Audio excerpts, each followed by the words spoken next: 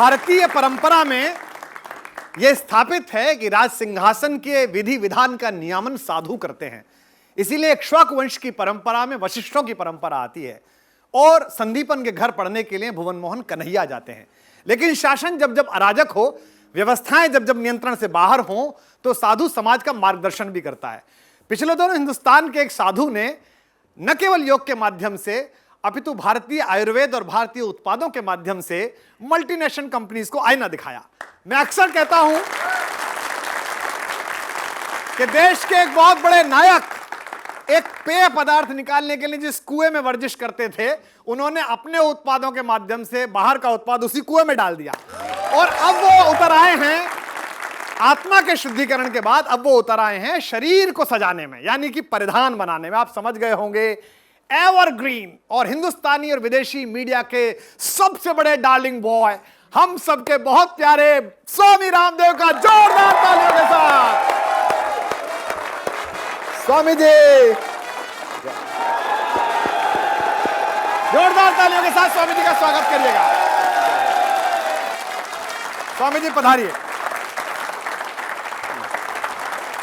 एक बात बताइए आप कि हर आदमी के जीवन की एक लक्ष्य होता है कि भाई यहाँ ठहर जाएंगे, तो कुछ मतलब ये तो आपने सभी पार कर दिया है।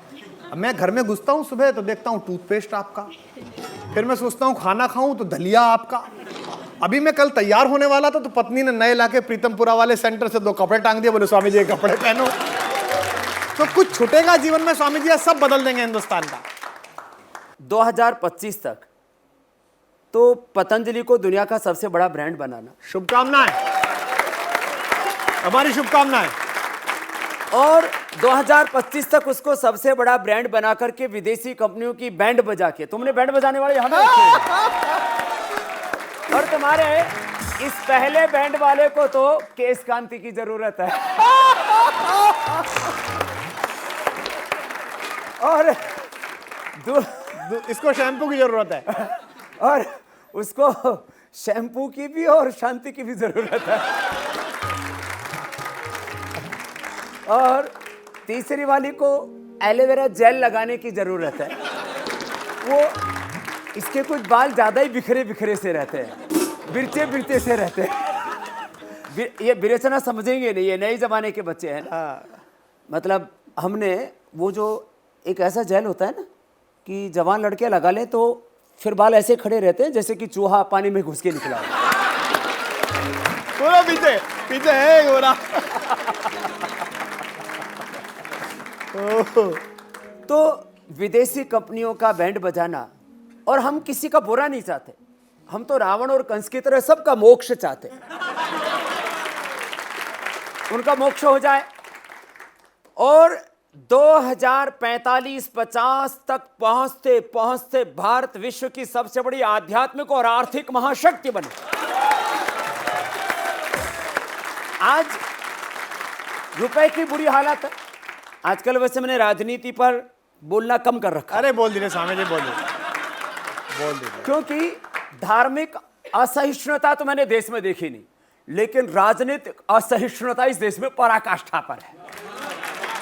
लेकिन एक बात है ना स्वामी जी, जो आपके राजनीतिक विचार से सहमत नहीं है वो भी बाथरूम बंद करके करते दंतकांति हैं ये।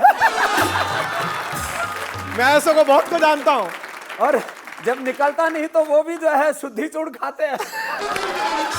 एक ऐसा शुद्धि चूर्ण बनाइए जो जब विरोधियों से लड़ना होता है तब वो गाय का घी, देसी घी खा के जाते हैं और पावर बीटा पी के जाते हैं। अच्छा एक ऐसा करिए, जो खा के भाग गए हैं इनके लिए भी कोई ऐसा चूर्ण बनाइए कि जो इस बाहर निकाल के जा रहा है।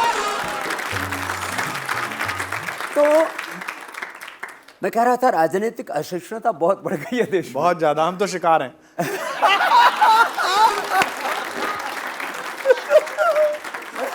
आप भी उस चक्र में फंस गए कुमार जी।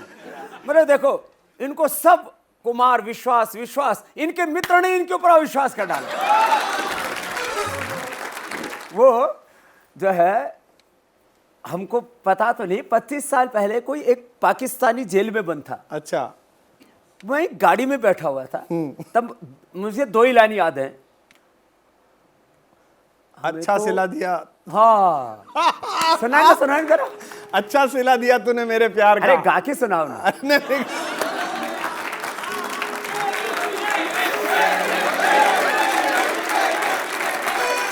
चलो ये मेरे साथ साथ गाएंगे। दरअसल इनको शामिल बाजा की आदत है। वो ऐसा वो एक राजा किया, सब लोग अपने अपने हथियार लेकर के पहुंच गए। कोई तबला, कोई हारमोनियम, बजाओ ना जरा। कोई तबला, कोई इधर ये टू टू करने वाला, कोई और पू करने वाला। तो एक किसान भी अपना हल लेके पहुंच गया। तो राजा ने देखा भाई ये सारे गाजे बाजे तो सुने हुए हैं, आज ये सबसे बड़ा आया है। बोले भाई सारे बंद करो। बोले तुम स्टार्ट करो। बोले साहब ये जब सब बसते तभी बसता है। तो अच्छा सिला दिया तूने मेरे प्यार का, यार ने ही लूट लिया घर यार का। अच्छा सिला दिया तूने मेरे प्यार का, जिंदाबाद। अच्छा स्वामी जी, आपने ये वाला गीत ऐसा चला दिया कि इसमें कोरस का स्वर देने के लिए तो भारत भर के लोग मौजूद हैं। देखिए देखिए तो स्वामी मैं जी, कह रहा था आपसे कि राजनीतिक हालात देश के बहुत अच्छे नहीं है। रुपए की हालत खराब, बहुत बुरी। हमारे कोई भी जनरल, हम भी रिसर्च करते हैं, योग में रिसर्च करते हैं, आयुर्वेद में करते हैं। हमने रिसर्च के ऊपर आप लोगों की जानकारी के लिए, हिंदुस्तान में लगभग 0.5% रिसर्च के ऊपर कुल बजट खर्च होता है। जो यूरोप के और अमेरिका जैसे देश है वहाँ 2 से 3% बजट खर्च होता है। और कोरिया जैसे, जापान जैसे देश है जहाँ पर लगभग 4-5% तक बजट खर्च कर देते। पतंजलि में लगभग 10% हम लोग रिसर्च में खर्च करते हैं। और जो मुंह उठा करके किसी के बारे में भी कोई टिप्पणी कर देना अलग बात है, लेकिन मैं वो भारत देखना चाहता हूं जैसे आज छोटे छोटे देशों के ब्रांड पूरी दुनिया में छाए हुए हैं। आप देखेंगे चाहे लाख मेरे बारे में कोई अपमानित करने की कोई बात कहे, कोई कुछ भी टिप्पणी करे, लेकिन 5-10 वर्षों में पूरी दुनिया में पतंजलि के जरिए भारत का जलवा हो। और हम लोग जब पास वीजा लेने के लिए जाते हैं किसी देश का, तो वीजा नहीं देता। कुमार जी, जब मैं 25 साल पहले वीजा लेने गया तो मेरे से अमेरिका वालों ने पूछा, बोले शादी की है? मैंने कहा नहीं की। आगे इरादा है? मैंने कहा बिल्कुल नहीं। कोई बैंक बैलेंस है? मैंने कहा बिल्कुल नहीं है। कोई जमीन जायदाद है? बोले बिल्कुल नहीं है। फिर बोले अमेरिका में जाके बसने का इरादा है क्या? मुझे वीजा नहीं दिया। लेकिन जब मैंने काम किया, जब आप काम करते हैं और कामयाब होते हैं, उसी अमेरिका ने मुझे सामने से बुला करके 10 साल का वीजा दिया। बहुत अच्छा। लेकिन इसमें स्वामी जी हम आपको बधाई देते हैं। मैं ऐसा भारत देखना चाहता हूं जहां अमेरिका और ब्रिटेन के दूतावासों के बाहर जैसे वीजा लेने वालों की लंबी लाइनें लगी रहती हैं, चारों तरफ जहां जगह मिलती है वहां लोग पेड़ों के नीचे बैठ करके वहीं पराठे खा रहे होते हैं। मैं वो दिन देखना चाहता हूं जब दुनिया में भारत के दूतावासों के बाहर लंबी लंबी कतारें लगी हुई। नहीं स्वामी जी, एक बात की हम आपको बधाई देते हैं, आपको वीजा नहीं मिला, और इस देश में जिसको अमेरिका का वीजा नहीं मिलता वो बाद में प्रधानमंत्री बनता है। यहाँ परंपरा है हमारे यहाँ पर। तो आपकी मेरे से कोई दुश्मनी है क्या? अरे साहब, यहाँ कोई प्रधानमंत्री का कैंडिडेट भी पता लग जाए कि बनने वाला है तो उसकी हालत खराब हो जाती है। अच्छा स्वामी जी, एक सवाल आपसे आजकल हर लोग पूछते हैं, जहाज में पूछते हैं, शोज में पूछते हैं, आपसे ये जनता भी पूछना चाह रही है। अब आप बता दीजिए, 4.5 साल हो गए, कब आ रहा है? फाइनली बता दीजिए स्वामी जी, आपको पता होगा, मुझे पता है आपको पता होगा। नहीं, मैं समझा नहीं। मैं देखिए, 2 लोगों ने वादा किया था, एक ने अच्छे दिन का, एक ने काले दिन का। मैं समाधि में चला गया था। इस सवाल को सुन के आजकल सब समाधि में जा रहे हैं, पर आप नहीं जाएंगे, आप तो साधु हैं। कब आ रहा है काला धन? क्या जुगाड़, मतलब असली बात क्या हुई है? हमको भी आपके साथ बड़ी उम्मीद थी कि आएगा। मैंने काले धन के सारे आंकड़े दिए, मैंने काले धन की सारी रिपोर्टें और उनके खजानों के एड्रेस भी दे दिए, लेकिन जब मैंने देखा कि जिनको दिए उनके काला में तो बहुत बड़ा घोटाला है,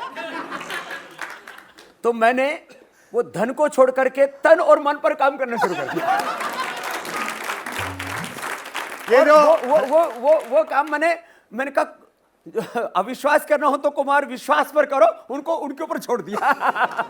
अब आप परिधान बनाने लगे हैं, मैं देख रहा था लंगोट से लेके मतलब कोट तक आपने पूरा एक। अगली बार आऊंगा तो आपको भी एक गिफ्ट देने के लिए लेके आऊंगा।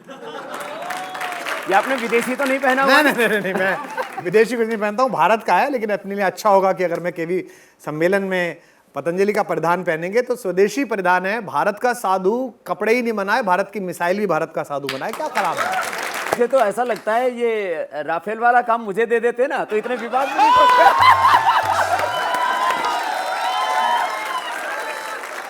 सोच के देखिए आप, पतंजलि राफेल और पतंजलि राफेल ऐसा चलेगा कि वो दुश्मन पे गोले बरसाएगा और अपनी सेना को टूथपेस्ट और दलिया। स्वामी जी, आपने आज बात छेड़ दी, कोई ना कोई इस देश में लाल किले पर पहुंच के काम करवा देगा।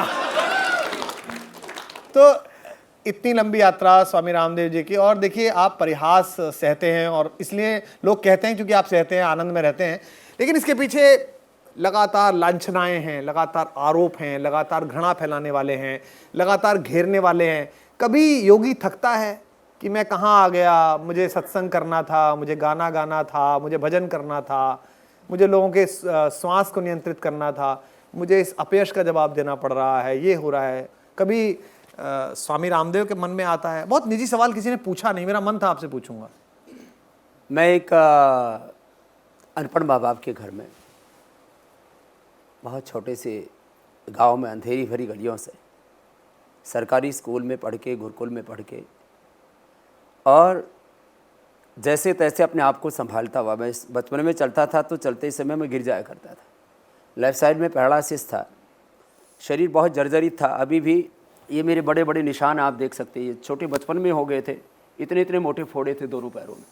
और मैंने अपने आप को संभाला। महर्षि दयानंद को पढ़ने के बाद एक मन में प्रेरणा हुई कि मुझे ऋषियों के पथ पर आगे बढ़ना है। और मुझे तो सच में ये नहीं पता कि ये फैन फॉलोइंग क्या होती है, ये फेमस होना क्या होता है, वर्ल्ड सेलिब्रिटी, ये नाम सुनते हैं तो हमको सेलिब्रिटी की स्पेलिंग नहीं आती थी। जब मैं मुंबई पहली बार गया और वहाँ मैंने बांद्रा कुर्ला कॉम्प्लेक्स का बहुत बड़ा मैदान था, अब तो 4 मैदान कर दिए उसके, 2 लाख लोग वहाँ बांद्रा कुर्ला कॉम्प्लेक्स में, और वो 5 बजे आते थे। वहाँ जब मैं निकलता था, ये बात कोई बहुत पुरानी नहीं, 2004 की है, तो लोग हथेलियों में ऐसे फूंक मारने लगे। मैं सच बोलता हूँ कुमार भैया, ये अविश्वास मत करना, आप विश्वास है। तो मैं 3 दिन तक देखता रहा, 7 दिन का शिविर होता था उस समय मेरा, आजकल 3 दिन का होता है। तो मैंने कहा ये सब लोग मुंबई कैसे फूंक मारते हैं, जैसे उधर नॉर्थ ईस्ट में लोग हुलहुली करते हैं, तो हुलू ध्वनि कहते हैं उसको। हाँ हाँ, तो हुलहुली जो भी है, मैंने कहा ये ऐसा कुछ, ये मुंबई वालों का कोई ट्रेडिशन तो नहीं है। तो मेरे से एक बोले, समझो आपको फ्लाइंग किस करते हैं। अच्छा, हम इतने बिल्कुल देसी ठेठ खूंटा ठोक, हमको ये नहीं पता ये किस क्या होता है। फिर मैंने पूछा ये किस क्या होता है, बोले बाबा करके दिखाना पड़ेगा।